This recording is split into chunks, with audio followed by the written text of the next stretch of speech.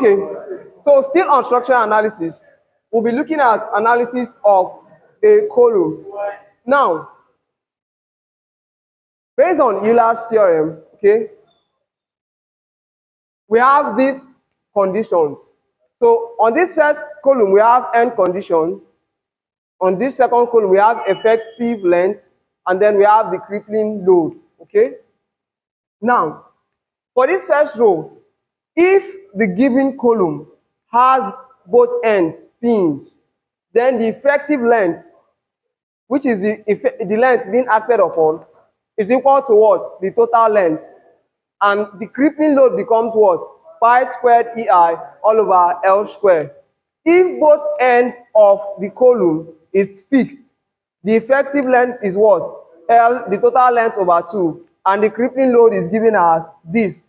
If one of the end is fixed and one of the end is pinned or hinged, the effective length is what? L all over square root of 2, and the crippling load is what? Given as this. And also, if one end is fixed and the other end is free, the effective length is given as 2 times the total length, and this is the expression for the crippling load. So we'll be taking a sample problem to solve on Euler's theorem. Okay, so the question says, in the experimental determination of the buckling load for 16 millimeter diameter mite steel, pin-ended columns, 2 of the values obtained were length. For a length of 800 millimeters, the load is 10560 Newton, and for a length of 400 millimeters, the load is 28,100 Newton. It says determine whether either of these values conforms to the Euler theory for buckling. And the second part of the question says, assuming that both values are in agreement with the Rankine formula, find the constants sigma c and k. Take E to be 200 kilonewton per millimeter square. Okay, so for this question, we are given 2 conditions. So first condition, we had L to be equal to 800 millimeters and a load of what? 10,560 Newton. The second condition, we are given our length to be equal to what? 400 millimeters, and our load to be equal to what? 28,100 Newton. So firstly, we are asked to determine whether either of these values conforms to the Euler theory for buckling. So what does it mean for the value to conform? If after checking our crippling load, and our crippling load is equal to or less than this, with this length, using this length, okay? So for this length, if we check our crippling load, and, okay, so we have length to be this, and we have, this is load, so let me say this is LD, okay, while this is our length. Now, for it to conform to Euler's theory of buckling, if we check our crippling load for a length of 800 millimeters, and it is equal to or less than this, it conforms. If it is higher than this, it does not what? Conform. Now, for us to check our crippling load, from the problem, what condition is the ends of the column subjected to? Okay, the question says it is what? It is pinned, pin-ended columns, meaning at both ends it is what? Pinned. Hence, it is pinned or it is hinged. Hence, our effective length is what? Okay, so for case 1,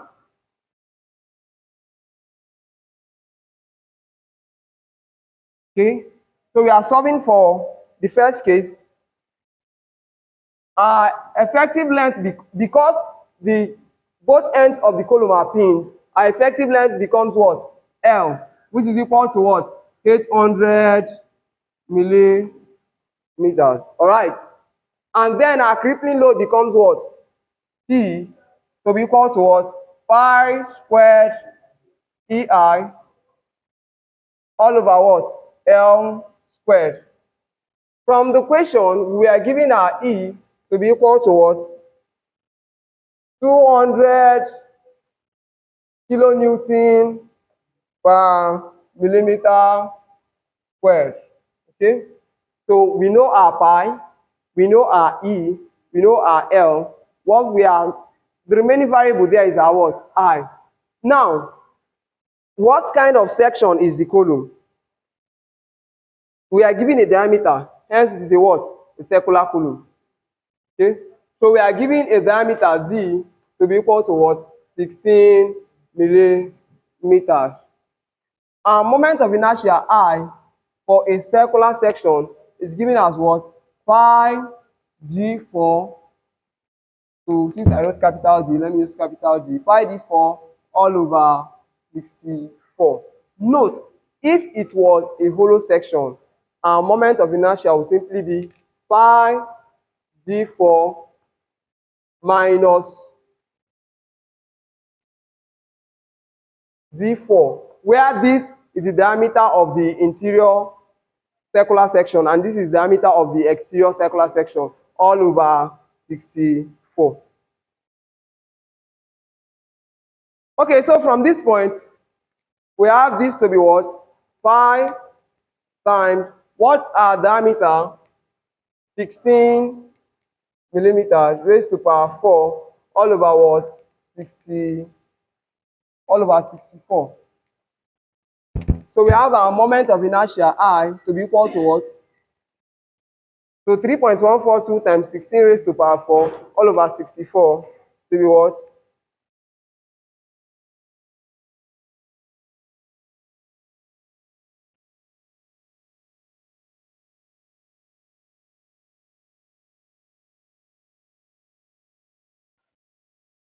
Three, two,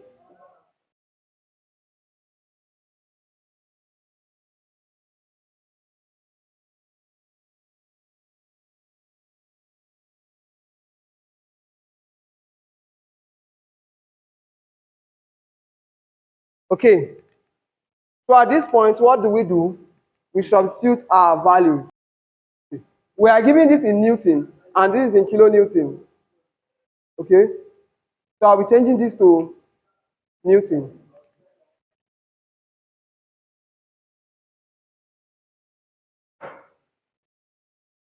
So we have what?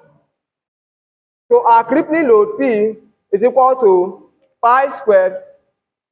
Okay, pi squared times our what? So I'll be taking out this. So times our I.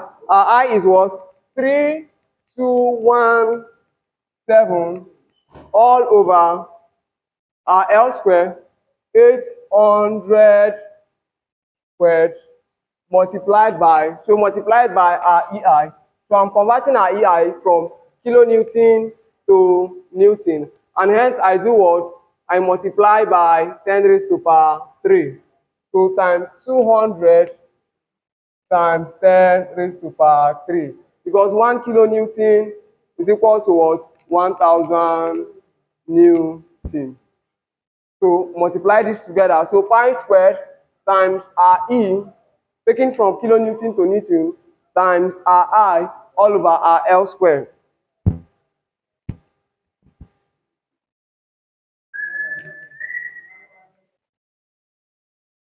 So our crippling load is what? 9922.03 Newton. So our check will be, is this value less than or equal to this? If yes, then it conforms. If it is greater than, then it does not conform. It does not conform. So 9,922.03. Is it less than 10,560? Yes. Hence, this first case conforms with the Euler-Rankine theorem. So we check for case 2.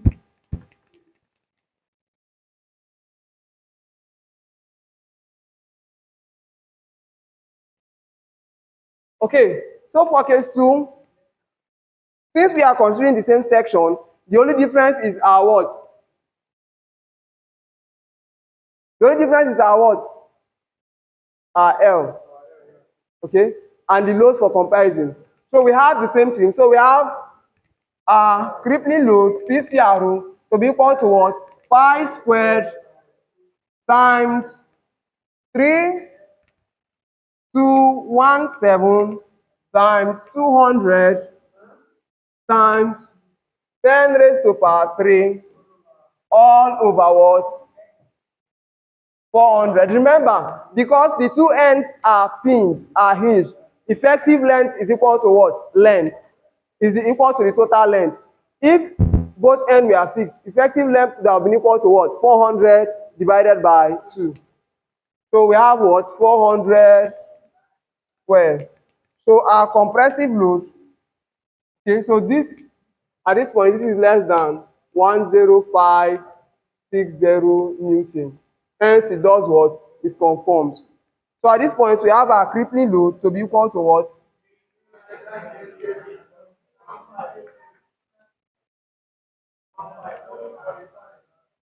39688.15 Newton. So is this less than or equal to this?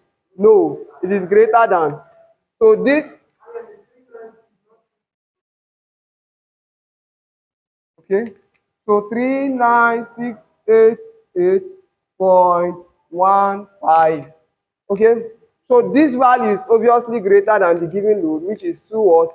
8100 Newton. Hence, it does not what? Conform to the Euler's Rankine theorem. So let's go back to solve the second part of the problem. The second part of the problem says, assume that both values are in agreement with Rankine formula.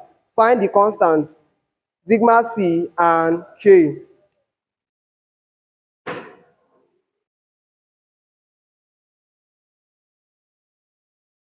Okay, so for Rankine-Gordon's formula,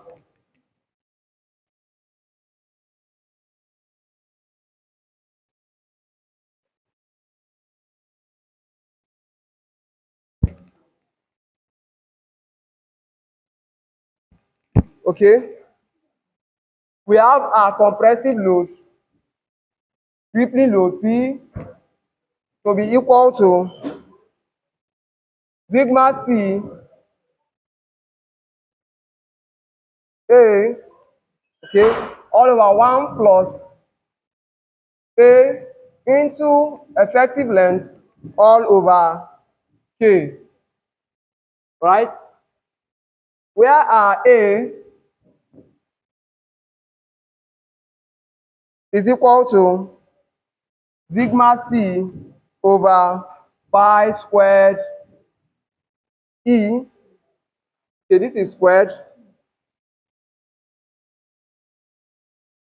And then we have our K to be equal to square root of I over A. Okay, so this is the expression. From the given problem, we are asked to determine what? Our sigma c and our what? Our k. Okay, let me call out. So these parameters, we have P, which is our crushing load, okay, our crippling load. We have our sigma c to be our ultimate crushing stress. So sigma c, which we are asked to find, is our ultimate crushing stress. We have our A to be our cross-sectional area, our capital A. We have our small a to be Rankine constant. Okay? Yes, effective length over K. Then we have LE to be our effective length. And then we have our K to be our least radius of gyration. Okay, so from the given problem, we are asked to find our crushing stress and then find our Rankine constant. So from this expression, okay, if we simplify this expression, our crushing strength C, gamma C, is giving us P all over our area minus our P all over pi squared E multiplied by LE over K squared. Hence, for us to determine, so let's get So from the given problem, we have gotten our what? Moment of inertia. Our next task is to get our what? Area. So since it's a circular section, okay, our area is equal to what? Our area is equal to what? Pi. Our area is equal to what? Pi d square over 4. And this is equal to pi times, we are given a diameter of what? 16 millimeters. Okay? Hence our area is what? Pi times d square all over 4 is equal to what? 201.0666 millimeter square. Okay? So we have to determine our K and our what? And our sigma C. So our K is equal to what? Square root of what's our moment of inertia?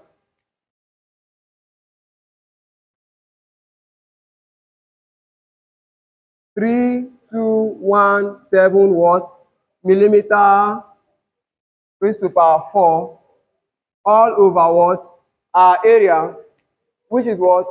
201.06 millimeter squared. Okay? And this is equal to, our K is given as 4 millimeters. Now, from the question, they said, assuming that both of these checks pass, okay, both of these checks is convenient with Euler's theorem, we should check for our what? Crushing stress. So, at this point, our P, we remember, is our what? Crippling load. So, we'll be checking for the two cases.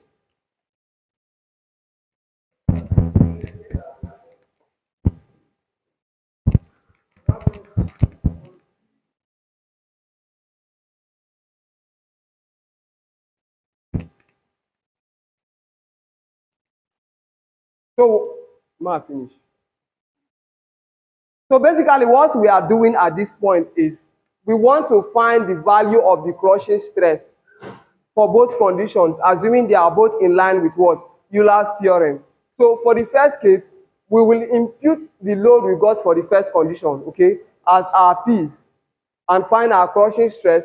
And then for the second condition, we do what? Impute the second load. So for case 1, our crushing stress is equal to P. What's the first load we got for the first case?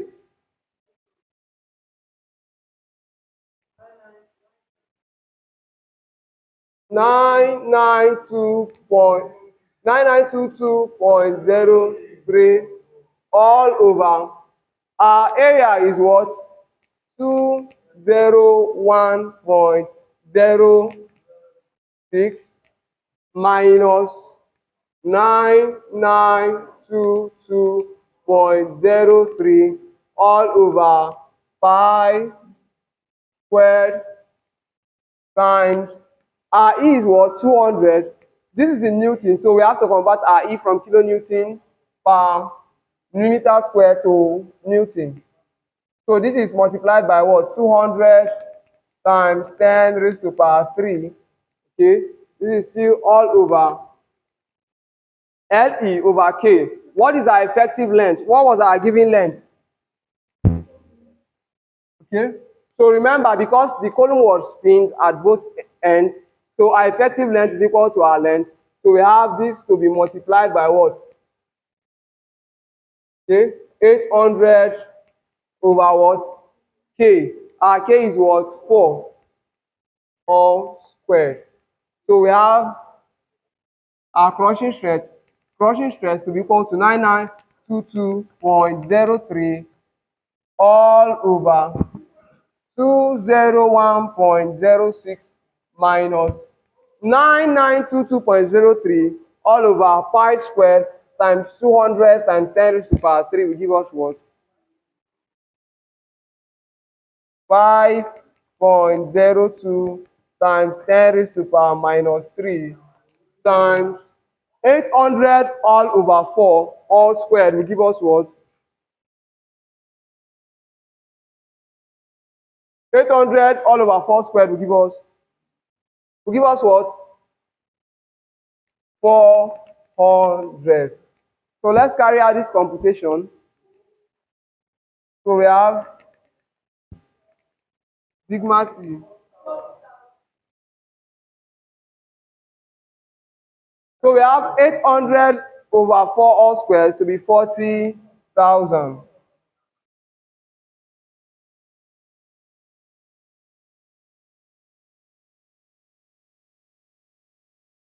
So 201.06 minus 5.02 times 10 raised to power 3 times 40,000 will give us what? So we have this to be equal to 99922.03 all over.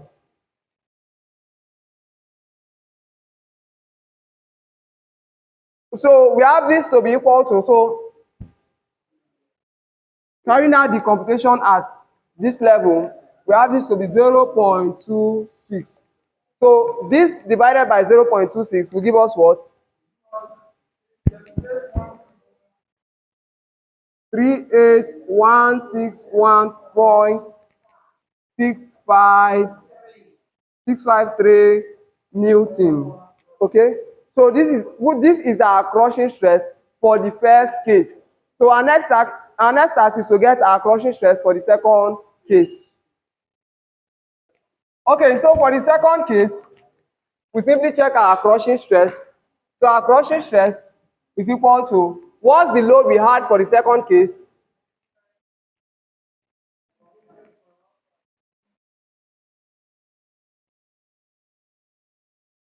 All over our area, which is the same 201.06 minus the load 39688.15 all over pi squared times our E, which is what? 200 taken to Newton times 10 raised to power 3 multiplied by what? Our LE, effective length, all over 4. So for the second case, what was our length? 400 all over 4 all squared. So we have our crushing stress to be equal to 39688.15 all over 201.06 minus 39688.15 divided by pi squared times 200 times 10 raised to power 3 will give us what? This is minus 0.02 multiplied by what? 400 over 4 all squared will give us what?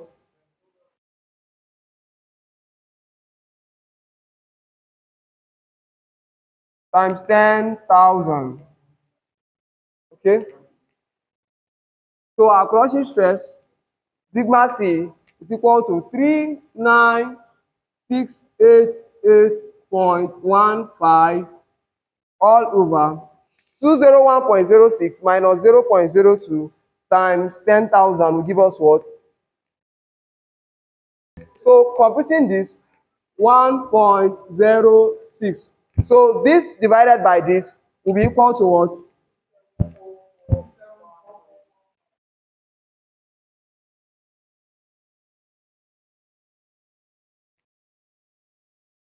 So this is how to determine our crushing stress for the different cases using the Rankine formula.